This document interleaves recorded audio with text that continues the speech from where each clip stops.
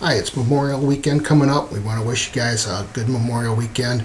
Office to let you know that our office will be closed Sunday, the 27th, and Monday, Memorial Day, the 28th. So we wish you guys all a good holiday weekend.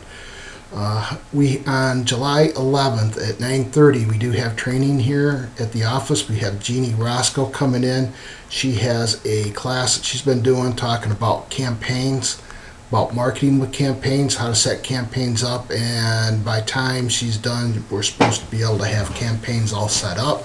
So that will be Wednesday, July 11th at 9:30. After that, we're going to have some Premier Service Awards that she's going to present, and we're also going to buy everybody a luncheon. So if you can RSVP, let us know that you're going to make it. That way we can plan some type of luncheon. The market has changed, and it's changed, I think, big time because listings now are the name of the game. We do have a shortage of inventory, so it seems like a lot of us are out actively trying to pursue listings. There's a market report attached to this email, and it's going to say that the home sales are up, prices are up, inventory is lower. It's also going to say that 48% of the sales this month were cash. This would be for April, were cash sales. The average days on market decreased by 3 days. The average market inventory declined 18%, so there's 18% less inventory this year than last year, and only 13.8% are identified as short sales, and 22% of the market is short sales. 13.1% is foreclosures. So we're seeing less inventory, more bidding wars, better pricing. One of the things too that I want to talk about, and hopefully you guys listen, is that now that you guys are working more on listings, when you get an offer on your listing, here's what you should be doing. You should be calling the lender.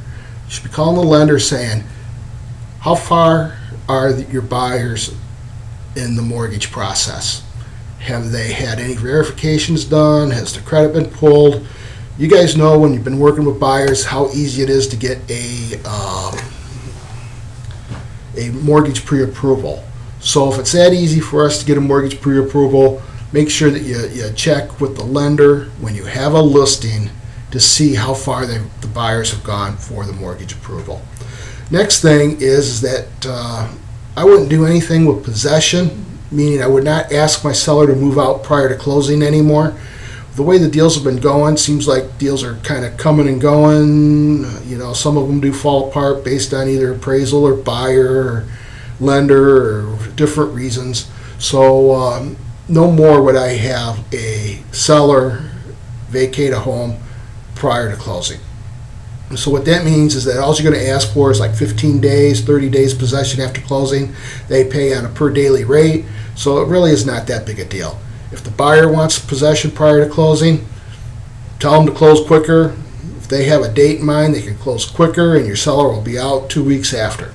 You know, what you're doing is you're really putting your seller behind the 8 ball, and you'll understand this once you actually have to talk to a seller that's packed their bags, everything's in boxes, they're prepared to move week prior to closing, and you're not sure if you're going to close.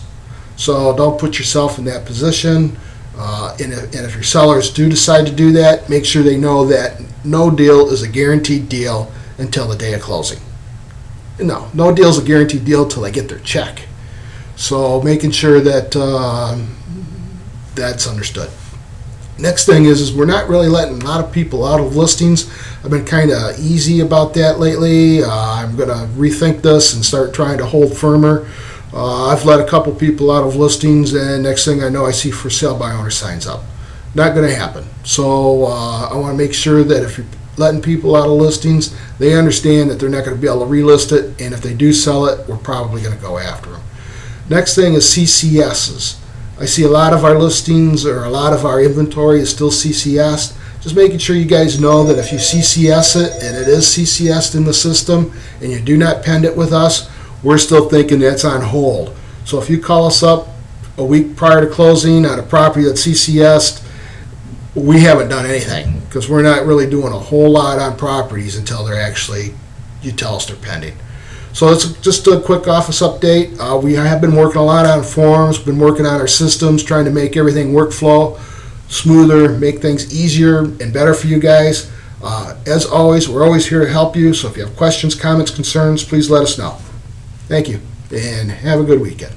Have a safe weekend. Thanks.